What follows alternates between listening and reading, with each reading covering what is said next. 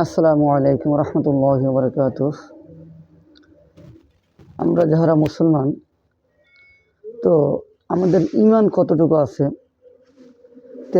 ততটুকু আমাদের মাপা দরকার। যেভাবে জ্বর মাপার জন্য থার্মোমিটার আছে, আপনার রক্তের সম্পূর্ণ টেস্টের জন্য যেরকম সিবিসি আছে, তো এক একটা টেস্টের জন্য এক একটা জিনিস ব্যবহৃত হয়। তো ঠিক তেমনিভাবে আমার ঈমান কতটুকু আছে সেই ঈমান মাপার জন্য একটা যন্ত্র আছে। সেই যন্ত্রটা আমরা অবশ্যই জানি না।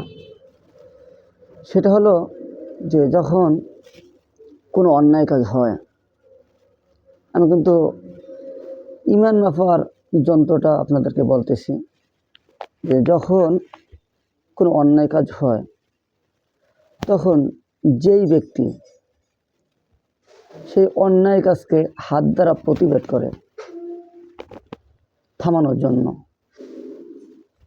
হাত দ্বারা প্রতিবাদ করে থামানোর জন্য, তো যখন কোনো অন্যায় কাজ হয় সেই কাজকে থামানোর জন্য যেই ব্যক্তি প্রতিবাদ করে সেই ব্যক্তির ঈমানকে বলা হয় সর্বোচ্চ ঈমান।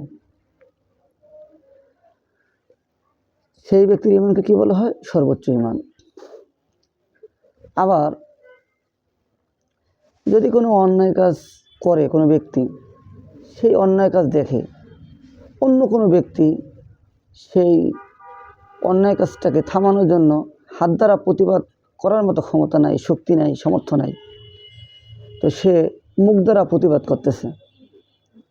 তাহলে এই যে লোকটার ঈমান, যে ব্যক্তি থামানোর জন্য প্রতিবাদ করতেছে, এই লোকটির ঈমান হলো মাঝারি পন্থা, মধ্যম পন্থা। তো এলো দুই শ্রেণী। আরেক শ্রেণী হলো যে যদি কোনো অন্যায় কাজ হয়, সেই অন্যায় কাজটিকে থামানোর জন্য কোনো ব্যক্তি হাত দ্বারা প্রতিবাদ করতে পারে না, মুখ দ্বারাও প্রতিবাদ করতে পারে না, সে অন্তরে ফিকির করে যে আসলে হাত দ্বারা মুখ দ্বারা প্রতিবাদ করার মতো সামর্থ্য তো আমার নাই, তাহলে আমি একটা কাজ করি, এই কাজটাকে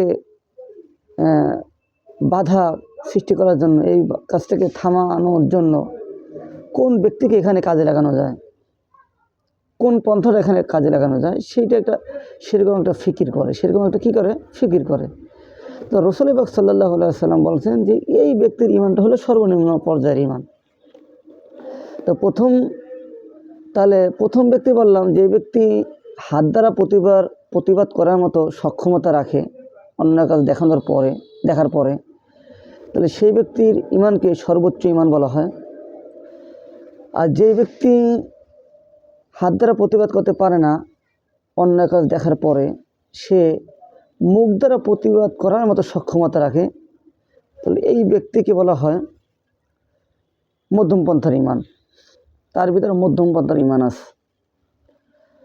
আরেক ব্যক্তি হলো যে অনেকে বলে যে অন্যায় কাজ করে চুপ থাকবে, অন্যায় কাজ করবে না, চুপ থাকবে। চুপ থাকার বিষয়টা না, অর্থাৎ অন্যায় কাজ দেখছে, সেটাকে হাত দ্বারা প্রতিবাদ করতে পারে না, মুখ দ্বারা প্রতিবাদ করতে পারে না, ওইটা নিজে তো পারে না, কিন্তু অন্য কোনো মাধ্যমে ওইটাকে থামানোর জন্য ফিকির করতেছে, অন্তর দ্বারা চিন্তা ফিকির চালাইতেছে, ঠিক এই ব্যক্তির ঈমানকে বলা হয় সর্বনিম্ন ঈমান।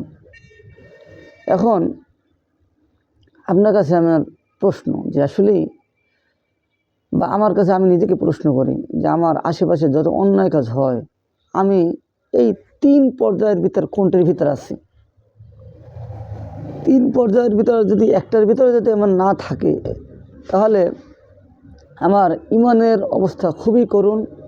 তাহলে এই ঈমানকে বেশি বেশি নবায়ন করতে হবে, এই ঈমানকে শক্তিশালী করতে হবে, আর বেশি বেশি দ্বীনের ইলম চর্চা করতে হবে, আর বেশি বেশি আপনার নেককার, সলেহীন, সাদিকিন যে সমস্ত লোক আছে, তাদের সাথে উঠা বসা করে নিজের ঈমানকে জাগ্রত করার ফিকির করতে হবে।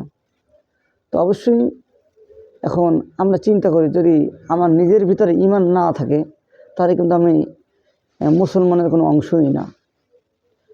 তো এই জন্য আমাকে পরিপূর্ণভাবে ঈমান আনতে হবে। আর কালেমা লা ইলাহা ইল্লাল্লাহ মুহাম্মাদুর রাসূলুল্লাহ, এই কালেমাটা কিন্তু সবাই পড়তে পারে, হিন্দু পড়ে, খ্রিস্টানও পড়ে, অন্যান্য ধর্মের যারা আছে তারাও পড়তে পারে।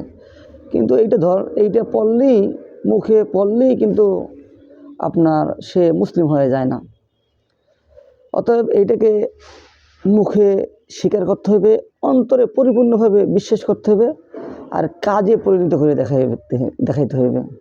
তো এই কাজে এই তিনটি সমন্বয় যদি আমার ভিতর থাকে, তখনই আমার ভিতর ইমানের পরিপূর্ণতা চলে আসবে।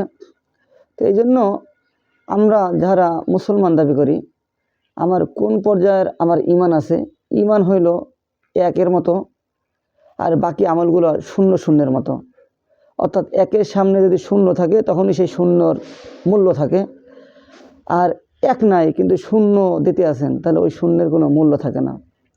অতএব মুসলমান হিসেবে আমাদের সকলকে ইমানকে নবায়ন করা উচিত, ইমানকে জাগ্রত করা উচিত।